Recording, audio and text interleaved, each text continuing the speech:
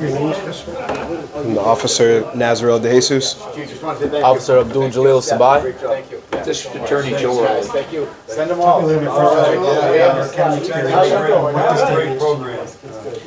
For me, I mean, the academy was probably one of the hardest things I've ever had to do in my life.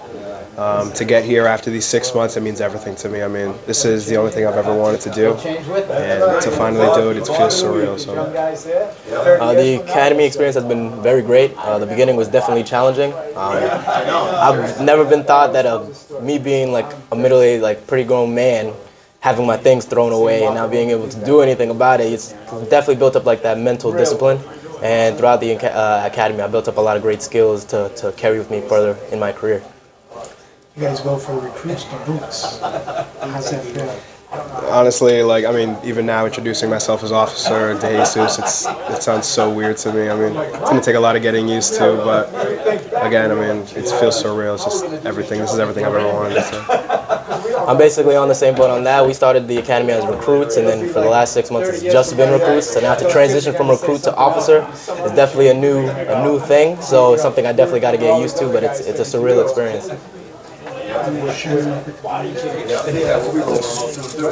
when you look at these guys, when you get your mic, when you look at these guys, even though recruits, when the DA's office, what do you say? I see some guys who are very humble, very smart. They picked a real noble calling. They got into this job to help people, and I think you can say that about the whole class. We love working with them, and and I stress some things to them, listening, always telling the truth, because your word is everything. And these guys are tremendous listeners. I think their future is so bright, and they work with our office. And the focus isn't putting people in jail. The focus is making life safer. It's preventing crime. It's working in the community. And these guys get it. This is an outstanding class. One of the other officers just reminded me, you told me my class was the best. And I said, look, you can always get better. And we did pretty good today. Running climate, a lot of people with companies. What made you guys say, I'm going to step forward, I'm going to do this job? For me, it's exactly because of what the climate is today. I still want people to be able to see police officers and feel safe. I want people to see me and feel safe. I want to be out there in the world and show them that, just like them, we are human, but we have their best interests at heart. We have the community's interests at heart, and that's all I want to do is serve and make sure everybody knows that I got their back.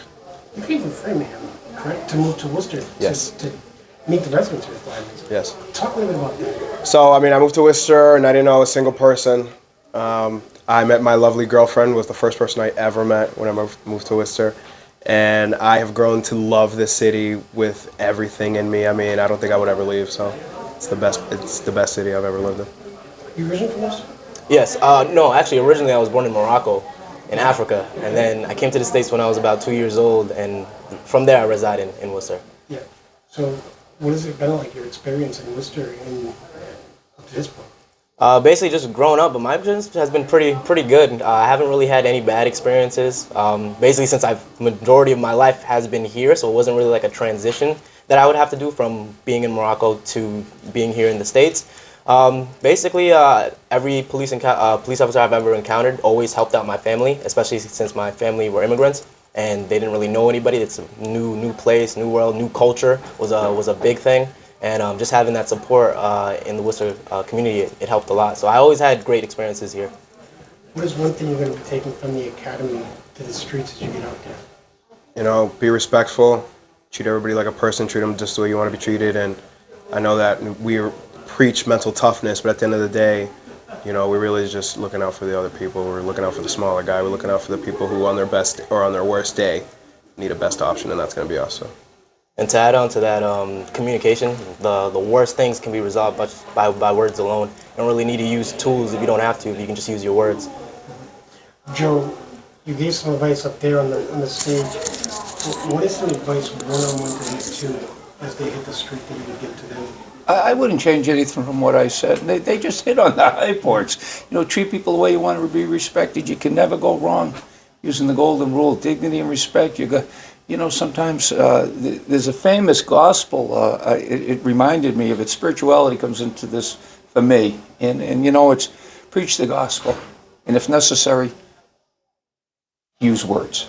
And that just means your actions are going to dictate who you are. These guys, life's up and downs, and they've been well conditioned, well trained. You're going to have good days, you're going to have bad days, you're going to have highs, you're going to have lows, but that's life. And these guys are great. You know, they really are. I'm looking forward to working with them. It just renews my faith in all of this when you see guys like this come out representing the community. And I think it sends a great message to other people that anyone can become a police officer, from Morocco, Amanda Cullen from Framingham. This is great. And that's why Worcester is so great.